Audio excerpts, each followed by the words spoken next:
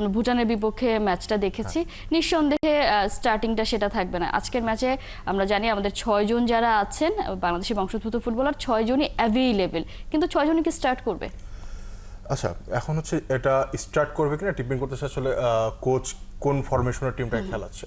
আমরা যদি গত মানে ভুটানের ম্যাচে যা দেখছি 4-2-3-1 যদি শুরু করে, সেক্ষেত্রে আমার মতে আমি বলবো যে জামাল বা কাজেমকে আসলে ওয়াইড রোল বা অ্যাটাকিং মিডফিল্ড, জামালকে স্পেশাল অ্যাটাকিং মিডফিল্ড রোলে দেওয়ার চাইতে ওকে ওর যে স্পেসিফিক যে রোলটা সেন্টার মিড বা ডিফেন্সিভ মিড যদি অনেকদিন যাবত খেলতেছে না, ওকে সেন্টার মিডে মানে ফিক্স করা যেতে পারে।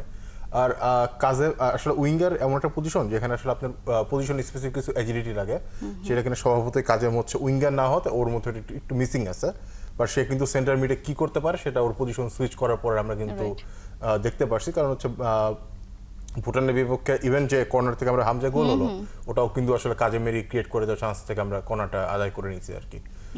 তো এখন যদি কাবিরা ফরমেশন চেঞ্জ করে 4-3-3-তে ব্যাক করে, সেক্ষেত্রে হয়তো আমরা হামজাকে দেখতো মিডফিল্ডে একদম ডিফেন্সিভ মিড, যেটা শামিদ কাজেম, আর উইংয়ে হয়তো হচ্ছে ফাহমিদুল একপাশে রাখি। আর আসলে সিঙ্গাপুর যেই ধরনের টিম, ওরা যেভাবে পিছন থেকে বল বিল্ড আপ করে খেলার চেষ্টা করে, সেক্ষেত্রে আমাদের সত্যি কথা বলতে একজন মানে এমন একজন উইঙ্গার এমন একজন ফরওয়ার্ড দরকার হবে যে কিনা প্রতিপক্ষকে চেস করতে পারবে, যাতে খুব ভালোভাবে বল প্লে না করতে পারে।